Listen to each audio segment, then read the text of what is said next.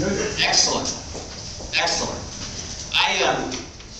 Last week, of course, we started Galatians, Paul's letter to the Galatians, written to a church in southwestern or western Turkey that was experiencing some issues.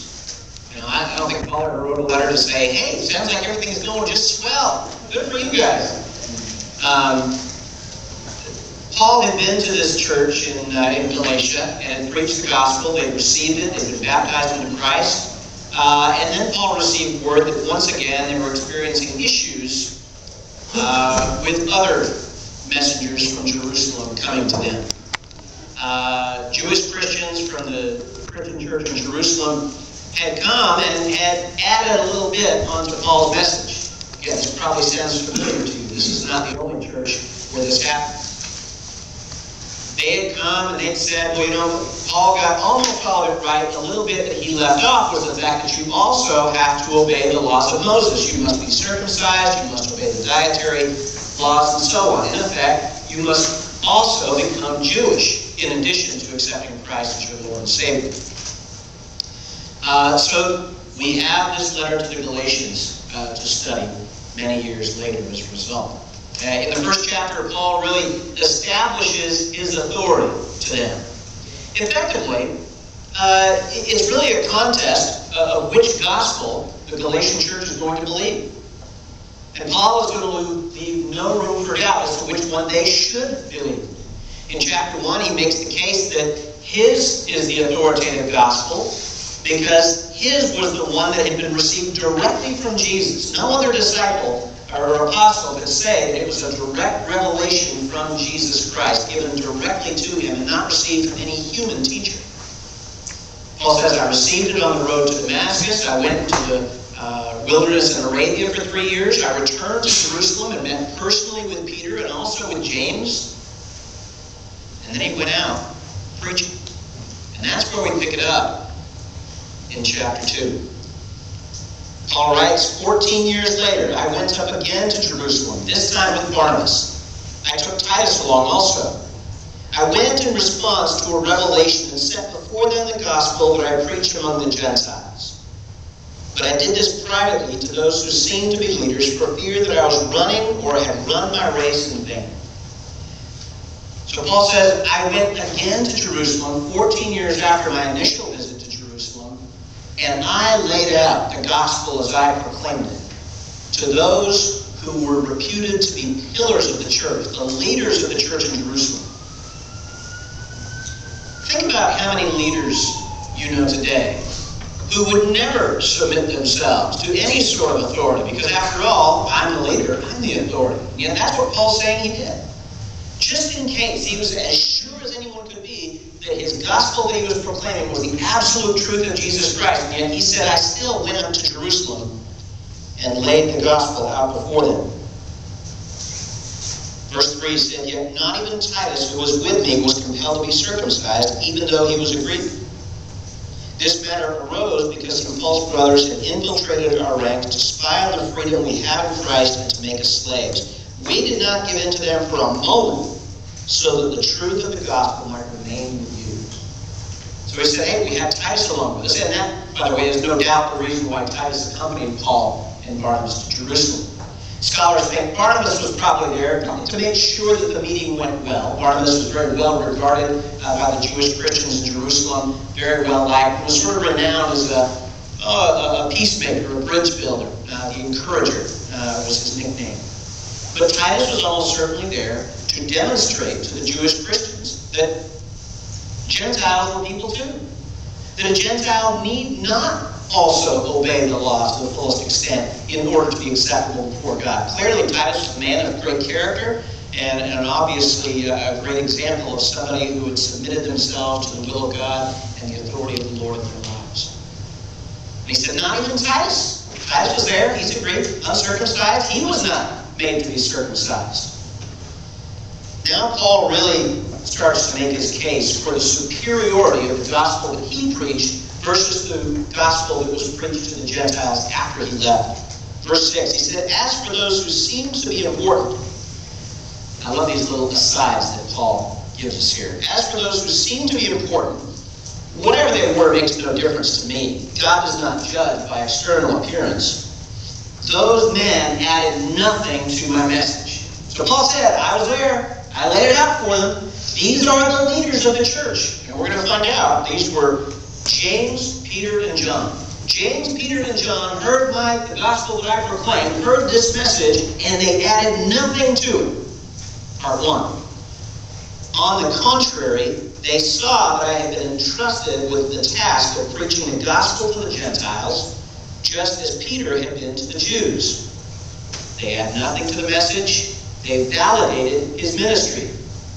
3. For God, who was at work in the ministry of Peter as an apostle to the Jews, was also at work in my ministry as an apostle to the Gentiles.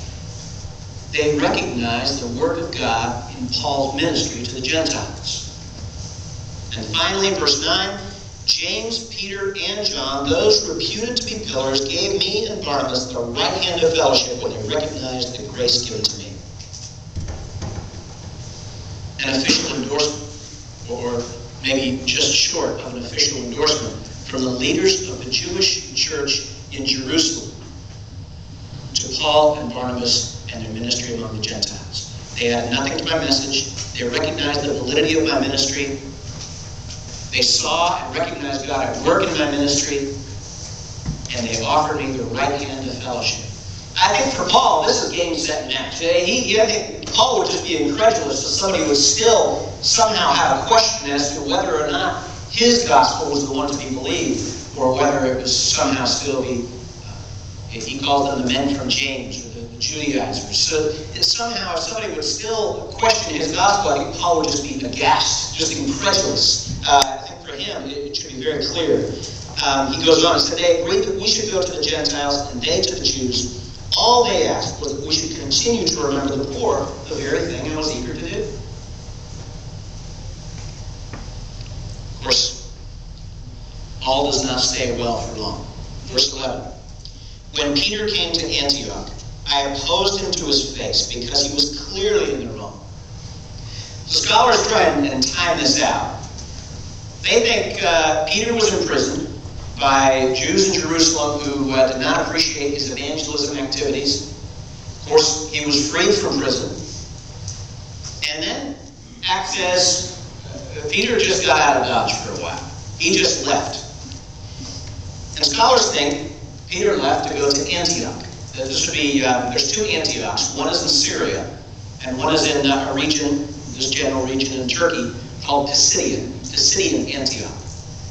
This is the Antioch scholars believe he went to, and this is where Peter engaged with the Gentiles living in Antioch. But Paul says, when Peter came to Antioch, I opposed him to his face because he was clearly in the wrong. Verse 12, before certain men came from James, he used to eat with the Gentiles. But when they arrived, he began to draw back and separate himself from the Gentiles because he was afraid of those who belonged to the circumcision group. So, just a quick rundown of the players here, and kind of where they stand. I hate the left-right spectrum, but because it's the language we all speak, Paul would have been certainly on the progressive end of the spectrum when it came to Christianity in the first century. Paul was the one constantly taking the gospel into new regions and constantly really sort of pushing the boundaries of what the rest of the church was truly comfortable with. Paul's approach was very, very, for lack of a better term, liberal. I mean, Paul himself said, hey, I'll do all things. I can be all things to win some for the sake of Christ. You want me to act really Jewish? I can act really Jewish. I can follow every law there is in Judaism if that means I can win somebody for Christ. Or I can go among Gentiles and I can live very, very comfortably among Gentiles if it means winning some for Christ. Peter was more comfortable with the two worlds. You know, Peter was the one who was on a rooftop in Joppa and had seen this vision of a great sheep being lowered from heaven with all kinds of four-legged animals and things that were considered unclean according to Jewish dietary custom. And he heard a voice from heaven saying, Peter, kill and eat. Peter said, well, surely not. I've never eaten an unclean thing in all my life. And the Lord said, hey, don't consider something unclean if I've made it clean. So Peter had had that experience, and Peter was more comfortable moving in between the two worlds, but Peter was probably somewhere in the middle. And James, and the men from James would certainly be the conservative wing of the Christian church.